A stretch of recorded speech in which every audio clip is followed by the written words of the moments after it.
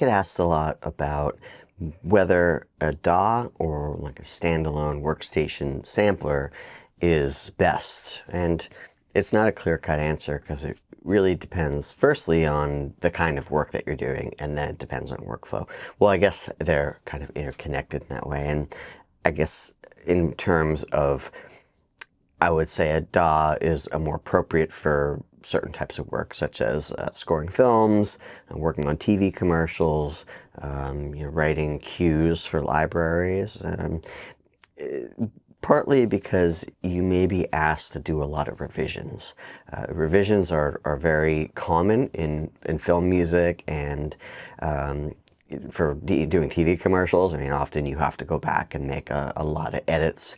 And if you're working with outboard gear, this could be more complicated because in order to be able to reset everything up, it can be time consuming, and the turnaround for a lot of this work is fast, and in order to make a profit, it makes sense to work fast so you can move on to the next project. So often in those situations, I always err on the side of being able to do revisions. It's not necessarily where my heart lies, but it's what the industry sort of dictates because of the way it moves. But if I'm making records with artists, I'm making music for myself, I definitely prefer standalone units. I find that the tactile experience is so much more creative to me. I feel like I could be immersed more. A lot of times when we're working in DAWs, computers are notorious for there's glitches, things happen, right? And all of a sudden you're completely distracted. And I found that there are fewer glitches that happen on dedicated hardware, such as Machine Plus, or use the Roland SP404, and if you're using a modern MPC or such. In some ways they're just more stable, and they're definitely more stable for live shows. Anytime using a computer on a live stage is always been a little bit risky, and I've often had problems with it. And unless you can afford to have a duplicate setup where you have a machine that's just on standby, and in case the first machine goes down, it could really be unpredictable in shows. So for that reason, in a live setting, I always feel more confident if I'm using like a standalone unit of some sort. And I use the Machine Plus, which is the standalone unit from Native Instruments. Actually, I'm just going to grab it and talk about a few of the features and why I like it, right? So the DAW, even when using a controller with a DAW, I find it to be a little like inconsistent, right?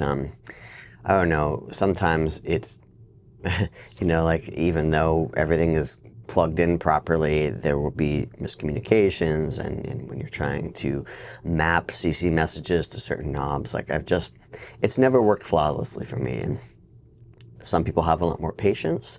I just really want to stay in the zone once I get into that creative place. I don't like anything shaking me out of that, right? So that's where a device like Machine here is really more stable in that case creatively, because everything happens on the screens, right? And I'm getting sounds, I'm just scrolling through and then touching pads, and it feels a lot faster than having to deal with piano roll and just loading instruments, virtual instruments on tracks in a DAW. I know that people have a great workflow with that, but I still think that this is feels more like making music than a DAW does. I find it just to be, I don't know, it's a self-contained unit, and it feels like an instrument as opposed to, I never feel like a controller, a MIDI controller for a DAW feels like an instrument to me. I've had a number of them, drum pads, I've had keyboards, I've had a number of them, and they've never felt great. So I moved over to analog gear for myself. I was scoring films, and sometimes I was using analog gear, if only on very particular projects that I knew were giving me more free rein to be creative.